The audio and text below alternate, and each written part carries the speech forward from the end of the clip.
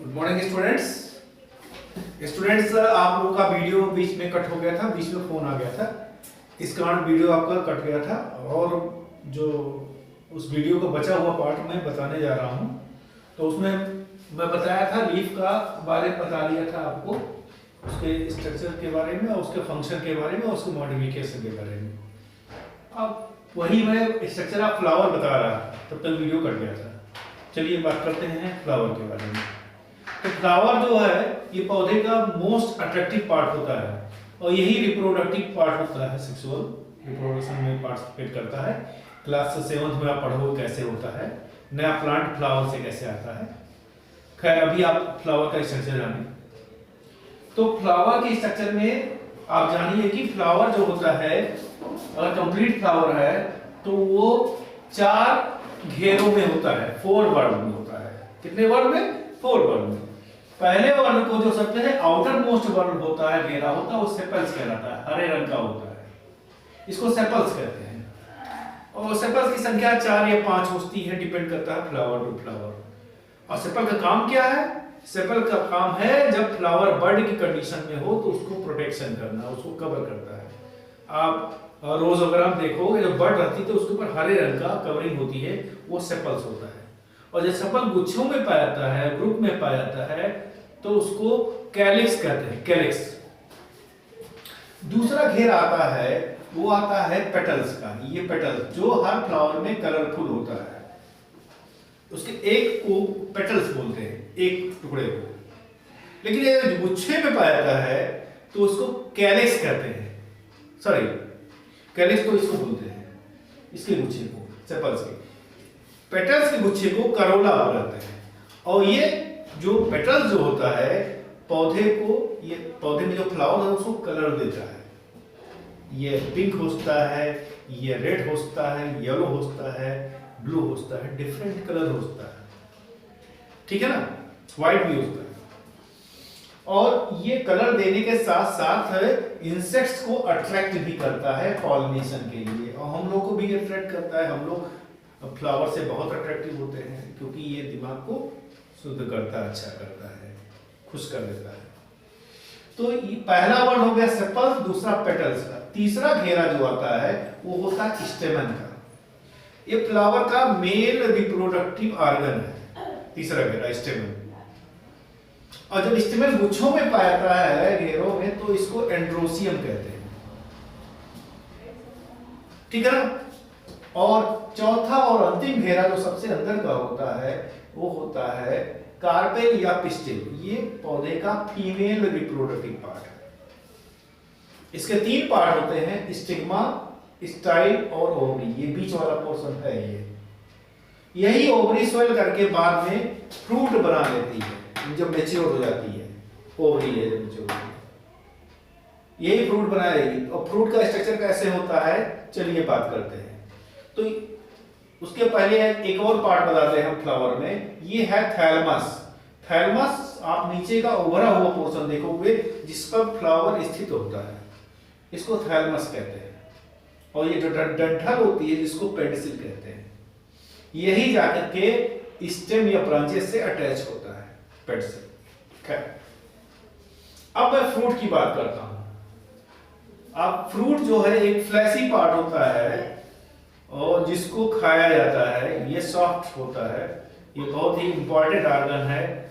और फ्रूट में जब फूड स्टोर होता है तो ये एडिबल हो जाता है। कुछ फ्रूट एडिबल होते हैं, कुछ फ्रूट पॉइजनस होते हैं और नॉन एडिबल होते हैं। जैसे मैंगो हुआ, ऑरेंज हुआ, बनाना हुआ, ये सब फ्रूट है। अब एक फ्रूट के पार्ट जब देखोगे तो ये फ्रूट का पूरा एक पार्ट है।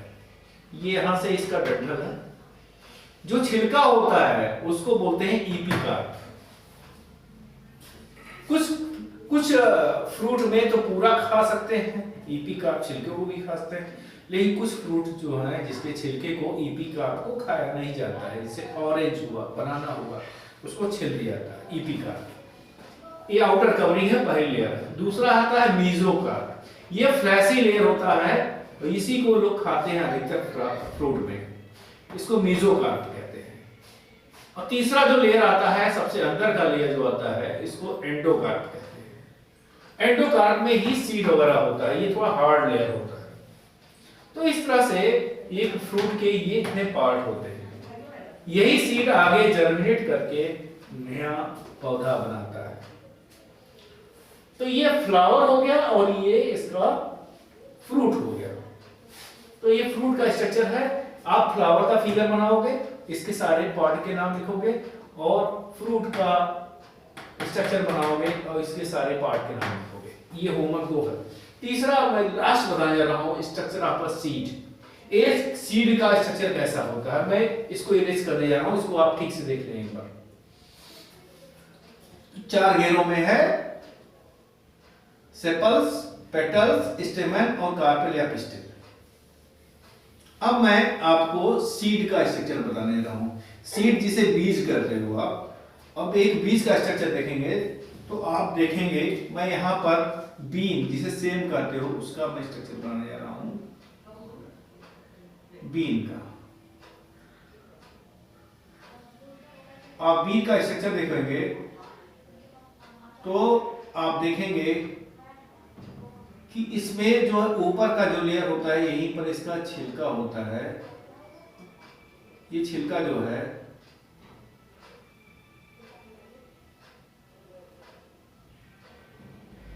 ये छिलका है।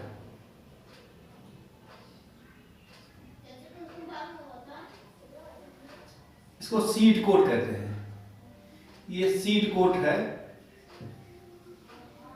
और ये प्रोटेक्शन देता है सीड को। पहला पार्ट है, ऊपर का ये छिलका होता है। चने में इसी छिलके को आप हटाएंगे तो इसके अंदर का कॉटिलेडन्स निकलेगा। ये दूसरा पार्ट है कॉटिलेडन्स। चने में 2 कॉटिलेडन्स पाए जाते हैं।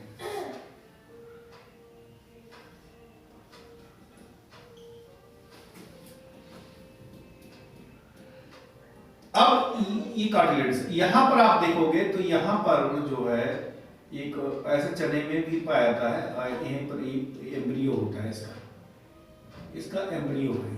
ये एम्ब्रियो है। क्या है? एम्ब्रियो। यही एम्ब्रियो आगे बढ़ करके नया प्लांट बनाता है। यही एम्ब्रियो। अब इस एम्ब्रियो में मेन 2 पार्ट होते हैं।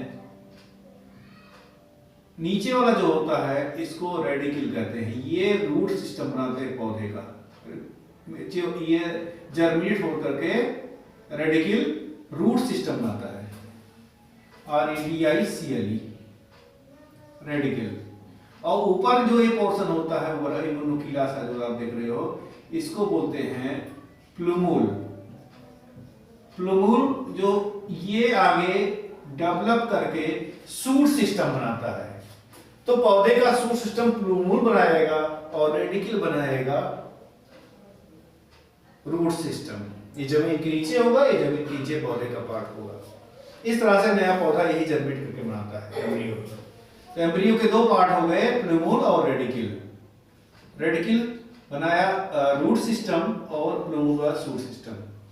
और इसी में ये भोजन कैसे लेगा एम्ब्रियो?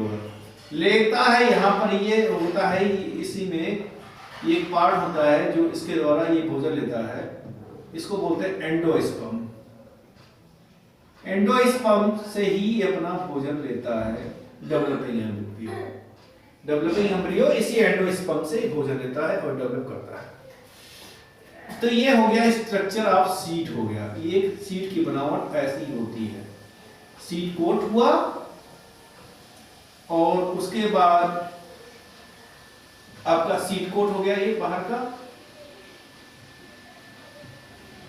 उसके बाद कॉटिलेडन्स हो गए। कॉटिलेडन्स इसमें तो एक होता है, चने में 2 होता है। आप देखोगे जब कटाओगे 2 कॉटिलेडन्स दिखाई देंगे।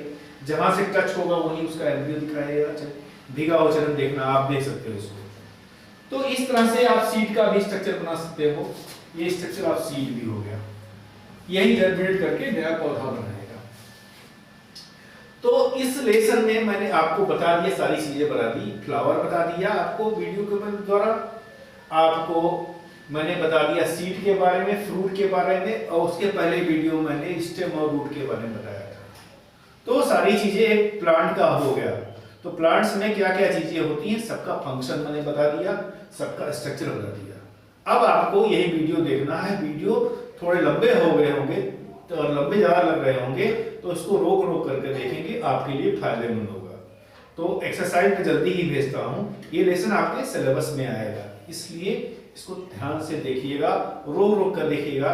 लगभग सारी चीजें मैंने एक्सप्लेन कर दी है इस वीडियो में। ओके स्टूडेंट, तो आप एक पौधे को आप अच्छी तरह समझ गए होंगे और आगे आपकी तैयारी।